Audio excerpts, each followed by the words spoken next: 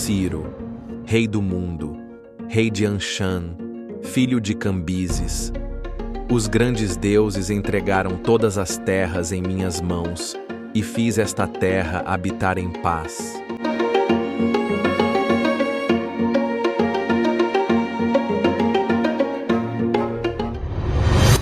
Episódio: O Cilindro de Ciro, entre arqueologia, política e os primórdios dos direitos humanos. Oiê, gente! Tá começando mais um Pod Historiar Rural, o podcast que te livra do tédio, te levando numa viagem pela história do mundo. Eu sou a Vicky. Eu sou o Cris. E eu sou a Esté. E hoje a gente vai conversar sobre um objeto que é pequeno no tamanho, mas gigante no impacto. E aí, será que você consegue adivinhar? Pois bem, eu tô falando do Cilindro de Ciro. Provavelmente você já deve ter ouvido falar dele como o primeiro documento de direitos humanos da história. Mas a verdade é que o cilindro é muito mais do que isso. E também muito mais icônico e polêmico. É um cilindro de argila, galera, que com cerca de 23 centímetros, cobertos de escrita cuneiforme babilônica. Um objeto super frágil, feito há mais de 2.500 anos. E que sobreviveu, viu? Para contar a história. E não é qualquer história não, hein?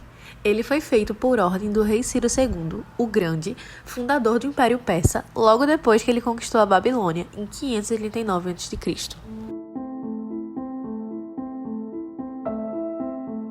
Vamos começar falando do próprio cilindro físico, que é o tema da nossa conversa hoje. Ele foi encontrado em 1879 por arqueólogos britânicos nas ruínas do Templo de Marduk, o principal deus da Babilônia. É uma peça de argila moldada em forma de rolo, como se fosse um pergaminho cilíndrico, mas gravado com inscrições cuneiformes. Estas marcas são aquelas escritas em forma de cunha, típicas da Mesopotâmia. Ele foi escrito na língua acádica, que era a língua oficial da Babilônia na época. Então, o Ciro de besta não tem nada. O Ciro ele foi, na verdade, um grande sacana, porque ao usar a língua local, ele se comunicava diretamente com os babilônicos. E assim, ele legitimou o seu domínio. Nossa, sim! E o conteúdo? É um decreto real, um texto político e religioso. Ciro afirma que foi escolhido pelos deuses para restaurar a paz, que libertou escravos, que devolveu os ídolos aos templos e que permitiu a liberdade religiosa. É literalmente um post de campanha eleitoral da antiguidade, só que gravado na argila e com muito simbolismo religioso e político. Infelizmente, partes do cilindro estão danificadas. Ou seja, existem lacunas, alguns trechos de fato faltando, o que dificulta a leitura completa, mas outros fragmentos foram achados nas cidades vizinhas, como Ur e Sipar. E aí foi ajudando os historiadores a reconstruir o sentido do texto.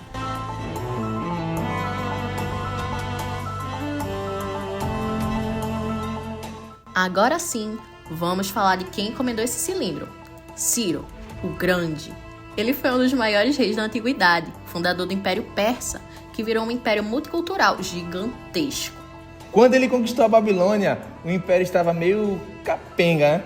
O rei Nabonido tinha perdido o apoio das elites religiosas.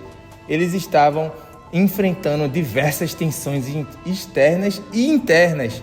Ciro chegou sendo visto quase como um Irã, né? Um salvador da pátria. E ele agarrou essa oportunidade como ninguém. Se apresentou como libertador, como escolhido pelos deuses locais e não como invasor estrangeiro. Ou seja, foi uma pessoa totalmente estrategista. E ele fez assim sem usar força bruta. Ele apostou em diplomacia, respeito às culturas e liberdades religiosas como uma ferramenta de controle e união.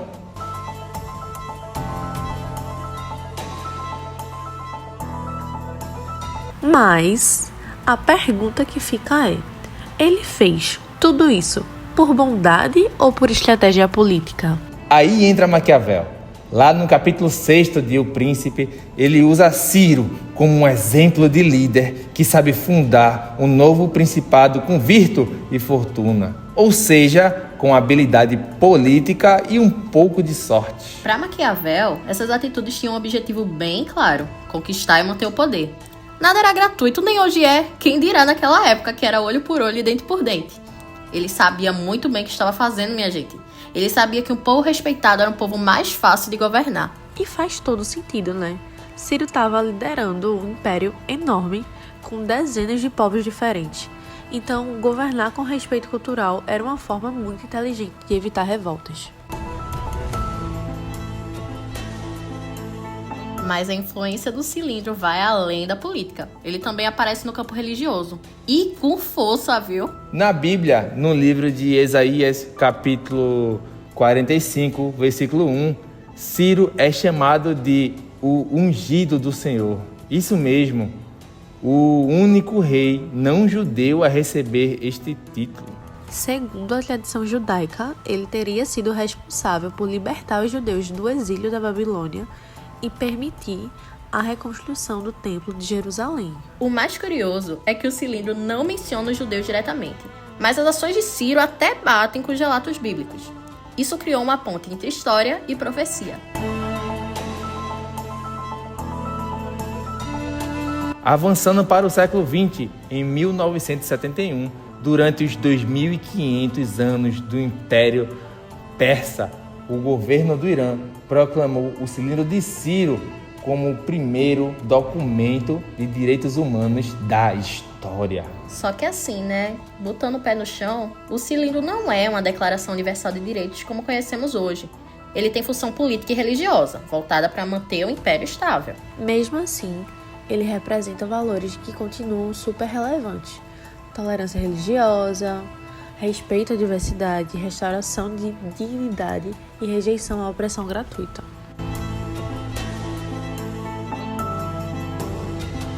O cilindro de Ciro não é um objeto antigo, não só um objeto antigo, melhor dizendo. Ele é uma aula de como o poder, a diplomacia e o respeito podem andar juntos, ou pelo menos parecer que anda na verdade, né?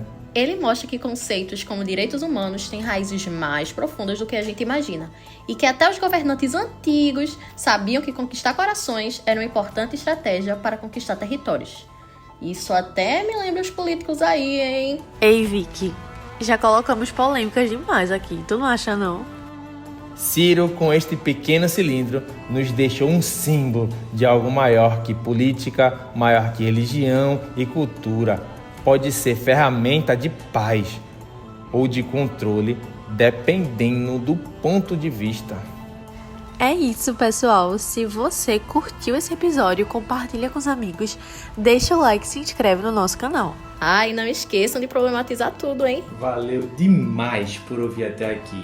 Tchau e até a próxima.